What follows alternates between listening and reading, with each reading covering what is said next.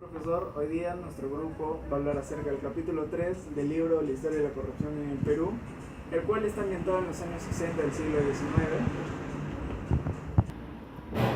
Pues bien, eh, empezamos en 1860, en el cual Lima gozaba de una buena política económica debido a las grandes ventas del guano hacia Europa. Empezamos con Francisco de Rivero, quien era el representante de los negocios de Perú en Londres.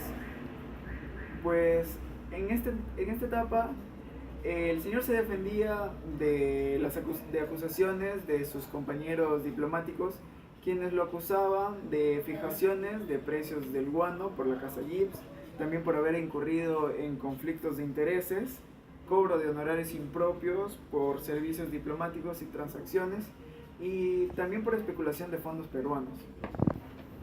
Yo desarrollaré el infame contrato Dreyfus. Pierola y Echenique formaron una alianza política, de tal manera que ambos se defendían a capa de espada.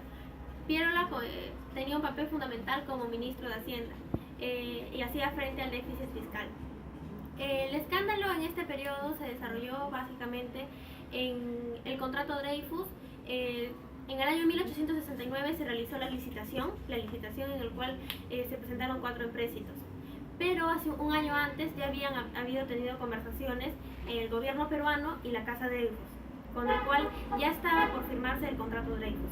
Eso fue un escándalo de monopolismo y además de elegir a dedo prácticamente a una entidad. Los capitalistas nacionales lograron igualar las ofertas del contrato Dreyfus, pero las personas que estaban en contra del contrato Dreyfus sufrieron muchos abusos, como fueron llevados a la cárcel, como el gerente del Banco del Perú. Finalmente, en Henry Mays, que fue traído al Perú como constructor de ferrocarriles y además como especulador, sufrió muchas demandas debido al déficit fiscal, debido a los ferrocarriles y el uso indebido que se le estaban dando.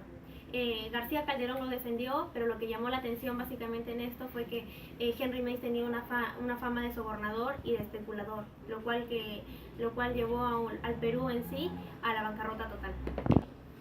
Avalancha de obras públicas. El 15 de enero de 1869, el Congreso autorizó al Ejecutivo para otorgar contratos de obras de construcción de ferrocarriles con bonos de relieve interés del 6%. El empresario Manuel Muñoz participó en la licitación oficial para la construcción del ferrocarril desde Jauja a Lima, pero tuvo un competidor, el famoso Meijins, el cual fue el ganador. En sus relatos, Manuel Muñoz cuenta cómo Meijins añadía el costo del soborno al costo total de la construcción. Por ejemplo, de Lima a Loroya el costo era 120 millones, de eso 8% se fue a los sobornos. De Arequipa a Puno el costo fue 120 millones y el 10% se fue a los sobornos. Se dice que Meijins repartió 11 millones en sobornos. Más adelante, en la ferrocarril de Chimbote a Huaraz, que fue promovida por Galeano y de Arteano, tuvo un costo de 21 millones. Pero se aliaron con Meijins y el precio subió a 24 millones. Se dice que entre abril de 1868 y diciembre de 1871, Meijins asumió contratos de 7 líneas de 700 millones, 7 líneas de 700 millas por 120 millones de soles. Ya. Bueno, yo le voy a hablar sobre el gobierno de Pardo. Las elecciones presidenciales de 1872 las ganó Manuel Pardo, un líder popular apoyado por el Partido Civil. Pero antes que le transfirieran el poder a Pardo, hubo un golpe militar liderado por algunos coroneles y también por el ministro de Guerra Gutiérrez, quienes asesinaron al expresidente Balta. En respuesta a esto, el pueblo linchó en las calles a los 3 jefes de este golpe y cortó de raíz las nuevas intenciones dictatoriales. Pardo asumió la presidencia en agosto de 1862. Los suntuosos gastos del gobierno de Balta habían dejado al erario nacional en la más lamentable situación. a pesar de las rentas del guano y aduanas. Según una evaluación periodística crítica, los dreyfustas habían comprometido el crédito nacional para toda una generación. Habían vendido la última pizca de guano, construido ferrocarriles, entre otros monumentos. Entre otras obras monumentales, y repartido contrato de obras públicas, con lo cual prácticamente no habían dejado nada a los siguientes gobiernos. Pardo era considerado un auténtico reformista. Este presidente civil abanderó un sincero intento de reformar las finanzas públicas y la administración estatal para construir una estabilidad nacional. Entre sus obras está que propuso la recaudación de impuestos en los departamentos de manera descentralizada para lograr una fluidez óptima. Esto no se logró, por eso creó los consejos departamentales. También tasó la exportación del salitre, revisó el sistema arancelario y modernizó la estructura aduanera. La educación y la cultura fueron de mucha importancia en el gobierno de Pardo. Por eso el nivel primario fue gratuito y obligatorio. Pardo murió a mano del sargento Melchor Montoya un sábado 16 de noviembre de 1878. Ya.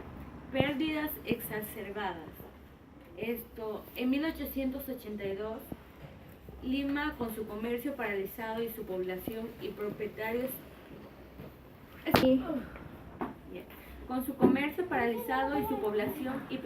expuestos a crueles abusos por parte de los ocupantes chilenos. Para presionar demandas territoriales anexionistas en el sur. Luego se agruparon en torno a Francisco Calderón, presidente provincial del Perú Bajo, el cual era la ocupación enemiga. Este gobierno simbólico defendía a los propietarios peruanos de las expoliaciones chilenos y restableció la Constitución de 1860. Este mantuvo consultas con una legislatura nominal y siguió instrucciones de James Blaine, secretario de Estados Unidos. Hurlbut y Blaine se unieron y se opusieron a Pierola. El 20 de septiembre de 1881, Hurlbut obtuvo una importante concesión firmada por García, pero el protocolo firmado por Hurlbut y García tenía un grave defecto y fue rechazado por Estados Unidos. Hurlbut recibió un telegrama cifrado de interés con sus obligaciones oficiales. Hurlbut recibió un telegrama del mismo Blaine, advirtiéndole su implicación en posibles actos impropios. Después Hurlbut sufrió lo que se posee un ataque al corazón. En 1882 de marzo fallece Hurlbut. El ciclo de corrupción del guano alcanzó su punto máximo a finales del decenio de 1860 y comenzó los siguientes con los actos de corrupción. Bueno, con la revisión de este capítulo llegamos a la conclusión de que la corrupción no solamente es cosa de ahora, sino que viene reincidiendo desde bastante tiempo atrás en nuestra historia. Y las obras públicas es un medio en el que es muy utilizado para que empresas puedan ganar licitaciones y hacer de las suyas, ya sea con las inversiones. Nada, gracias. Y ¡Feliz ¡Feliz Navidad, profesor!